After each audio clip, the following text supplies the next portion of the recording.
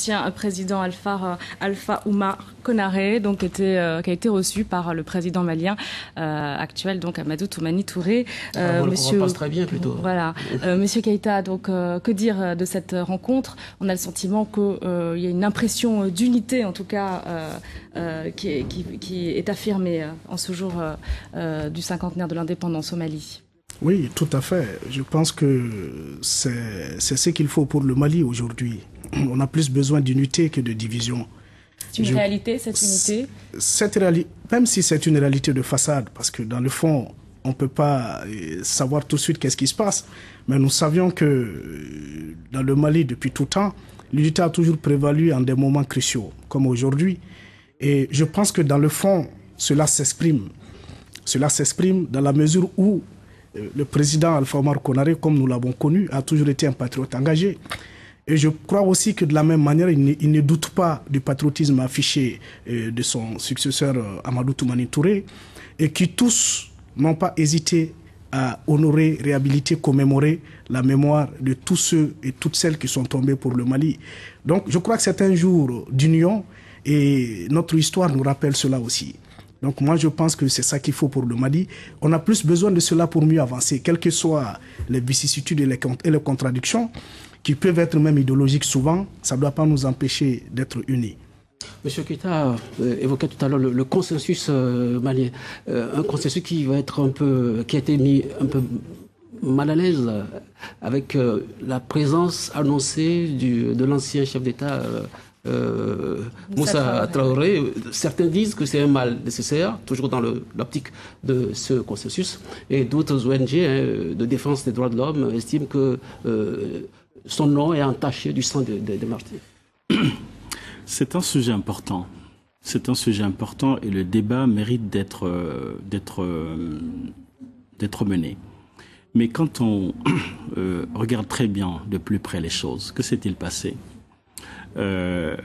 Depuis l'instauration de la démocratie dans notre pays, au sein de l'Assemblée nationale, tout observateur peut relever qu'il y a beaucoup de dignitaires de l'UDPM, le parti d'État dont parlait le jeune frère tout à l'heure, se sont fait élire parfois sur des étiquettes de d'autres partis politiques, mais ils avaient avec eux leur histoire.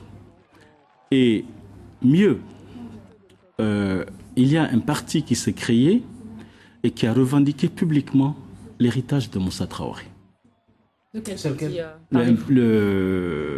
le MPR, de Choguel Maïga. Le mouvement patriotique pour le renouveau. Qui a revendiqué publiquement l'héritage de Moussa Traoré et qui a été reconnu dans l'échiquier politique malien comme tel. Son leader principal a été au gouvernement pendant plusieurs années et ce parti politique a des députés à l'Assemblée nationale. C'est surtout ça le consensus malien. Et autre chose, mieux, dans l'exécutif au sommet, il y a des cadres qui étaient des cadres qui inspiraient le général Moussa Traoré. Mieux, Moussa Traoré aurait dû être tué parce qu'il a été deux fois condamné à mort. Deux fois condamné à mort. Et le jeune frère parlait tout à l'heure de notre héritage de pardon. Et je pense que c'est ce qui a permis à tous ces dignitaires de l'UDPM d'exister, parfois autrement, parfois en tant que tel. Et si on doit aujourd'hui faire le vrai pardon, le pardon total, je pense qu'il conviendrait de considérer la page Moussa Traoré comme une page tournée et non une page déchirée. Et moi, je fais partie personnellement de ceux qui pensent que Moussa Traoré a eu un règne qui a été une parenthèse de l'histoire, qui n'a pas servi à grand-chose pour notre pays. Mais justement, la force de la démocratie, c'est effectivement, d'abord, il a été celui qui a été gracié. Je suis fondamentalement contre la peine de mort, mais il aurait pu rester à vie en prison. Mais le régime politique d'Alpha Oumar Konaré a eu le courage politique de le gracier. Et Moussa Traoré, depuis qu'il est gracié, depuis qu'il a été libéré, je n'ai pas entendu qu'il ait pu poser un seul acte qui vient contredire l'évolution démocratique de notre pays. Alors, ayons le courage politique de considérer que c'est une situation difficile, mais je pense que Moussa Traoré doit bénéficier des mêmes égards que les autres, parce que c'est vrai qu'il est le chef de file, il a été celui qui a ordonné sa place et son rôle dans le massacre est déterminant, primordial. On l'appelait à l'époque le boucher de Bamako. Exactement, mais il est là. Mais est-ce que cela ne remet pas en cause justement l'impunité? Non, je pense pas que ça remette en cause l'impunité. Je comprends d'ailleurs, hein, je sais qu'au sortir de cette émission, mon téléphone va retentir et beaucoup de mes amis vont se poser la question, mais Macan, qu'est-ce qui t'arrive? Je le sais, parce que beaucoup de mes amis sont opposés à sa présence. En tout cas, on le voit pas pour le moment. Et se retrouvent d'ailleurs dans l'organisation qui a été créée il y a une semaine et qui est en train de pétitionner et qui s'oppose justement à sa présence dans ces festivités du cinquantenaire. Je peux les comprendre. Mais moi, j'ai dit, Moussa Traoré, aujourd'hui, il a été gracié, il est là. C'est un ancien chef d'État.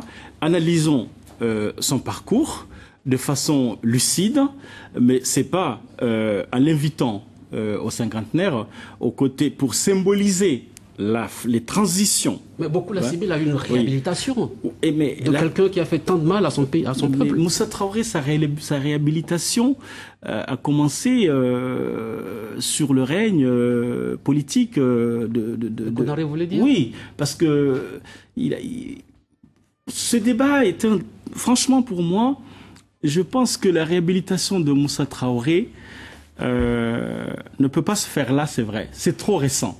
On va écouter l'avis de M. Keita. Je vous remercie. Je pense qu'effectivement, c'est une page douloureuse de notre histoire, mais qu'on doit trouver la force de transcender ensemble. Je pense qu'effectivement, Moussa a été réhabilité dès les premières heures d'après 26 mars, à travers la restauration de l'ancien système. C'est pourquoi nous, les jeunes qui avons participé à ce combat-là, on se pose la question si on a vraiment fait le bon combat. Si on a fait vraiment un combat qui était le nôtre. Parce qu'en réalité, les aspirations dont je parlais tantôt, du peuple, cette aspiration a été vidée de son contenu. Et on a vu, l'ADEMA a pris corps et âme dans l'UDPM. Et nous avons vu la restauration tous azimuts de l'ancien système. Quelque part, on s'est posé la question, qui a tort? Est-ce qu'on voulait donner le pouvoir au peuple malien? Ou est-ce que c'est des individus qui voulaient être au pouvoir? Cette question, moi, je me la pose aujourd'hui encore. Et c'est pourquoi ce devoir de justice que nous devons au Mali, que tout acteur politique de cette mouvance doit au Mali, aujourd'hui doit s'impliquer davantage pour pouvoir trouver les voies de solution afin que justice soit rendue au peuple. Parce que moi, à mon avis, on ne sait pas encore qu'est-ce qui s'est passé exactement le 26 mars. Les gens sont morts, oui. La présence de l'ancien chef de l'État malien, Moussa Traoré, à cette festivité, c'est une bonne ou une mauvaise chose? Pour moi, c'est une bonne chose, dans la mesure où Moussa, là, sur le plateau. Moussa est lié, on ne peut pas dissocier Moussa de l'armée malienne. L'armée est l'organe de notre souveraineté nationale. Quelle que soit la faute qu'il ait commise, quel que soit le blâme qu'il ait fait au peuple malien, je crois que si on ne veut pas cracher sur notre armée, il serait bien d'accepter tous ces anciens dignitaires, nouveaux ou anciens, sur ce plateau d'aujourd'hui, qui est quand même l'affirmation du peuple du Mali dans sa diversité. Et je crois que la force d'un peuple aussi, c'est de pouvoir transcender ces douleurs historiques. C'est en même temps impliquer l'ensemble de la population à cette solution-là. Est-ce que le peuple malien va pardonner? Je pense que la justice doit faire son travail. Le grand frère l'a dit, Moussa a été doublement condamné, mais gracié. Et je ne sais pas par Alpha ou par ATT. D'accord? Et je pense qu'exactement, et cette question, il faut la poser au peuple malien. Ce n'est pas à nous de la trancher. Mais nous pensons, moi, dans ma conviction politique, que la présence de Moussa ne gêne à rien. Après tout ce qui s'est passé, de la restauration à aujourd'hui, je crois que Moussa n'a jamais quitté le pouvoir et l'armée est toujours au pouvoir au Mali. C'est que sa présence symbolise une réconciliation nationale également. J'ai le sentiment que le bus qui vient d'arriver, à bord de ce bus, il y a les chefs d'État invités à ces festivités. On a du mal à identifier les passagers de ce bus. Certainement du début, du coup d'envoi en tout cas du défilé. Qui est prévu, Jules, aux alentours de midi, c'est ça, heure locale de midi, heure de Paris, je crois. Heure de Paris, c'est ça, tout à fait. Midi 30, heure de Paris. Donc on a un petit peu de retard sur les horaires prévus. On fera peut-être un point tout à l'heure avec notre envoyé spécial sur place, Bokar Al-Fakan. En tout cas, dès qu'on peut le joindre, on va nous signaler qu'il est en ligne et puis on fera un point avec lui. Voilà, donc nous sommes en direct pour suivre ces festivités du cinquantenaire. En direct, vous voyez sur ces images donc la tribune officielle. De nombreux chefs d'État sont invités, de nombreuses délégations également. Jules, on va peut-être rappeler la présence des chefs d'État qui assistent à ces festivités du cinquantenaire de l'indépendance du Mali. Il y a le président béninois, Yahya Boni, le président du Togo, Faure Gnassingbé, le guide libyen, Mouammar Kadhafi. Il y a naturellement le président du Mali, le président du Mali, Mohamed Ould Abdelaziz, qui est arrivé dans la capitale malienne. Le président du Tchad, Idriss Déby, alors que du Mali où va se dérouler le défilé donc de ce cinquantenaire. Voilà. Du Burkina Faso. Pour l'instant, c'est un défilé de véhicules que l'on voit sur l'avenue du Mali. Et ici, on voit le président du Tchad, Idriss Déby. Il y a aussi le Congolais Denis Sassou Nguesso. En tout cas, on va y revenir. La France a envoyé à ces festivités son ministre de l'Intérieur, Brice Hortefeux. Bokar Alphaken nous en parlait et il y a peu. Nous allons, Samantha, avant de revenir à ce défilé qui va commencer dans les minutes qui viennent, retourner à la régie pour suivre un sujet sur la santé de l'économie malienne. Et à cela, un élément qui est très... Juste un petit mot par rapport à ce débat concernant l'ancien président Moussa Traoré. Moi, je pense que l'ancien président Moussa Traoré doit aujourd'hui s'adresser au peuple malien.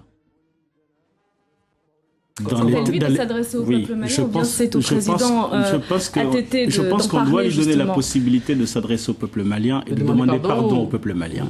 Parce que le peuple malien est un grand peuple. Et notre tradition en ce domaine du pardon est une réalité.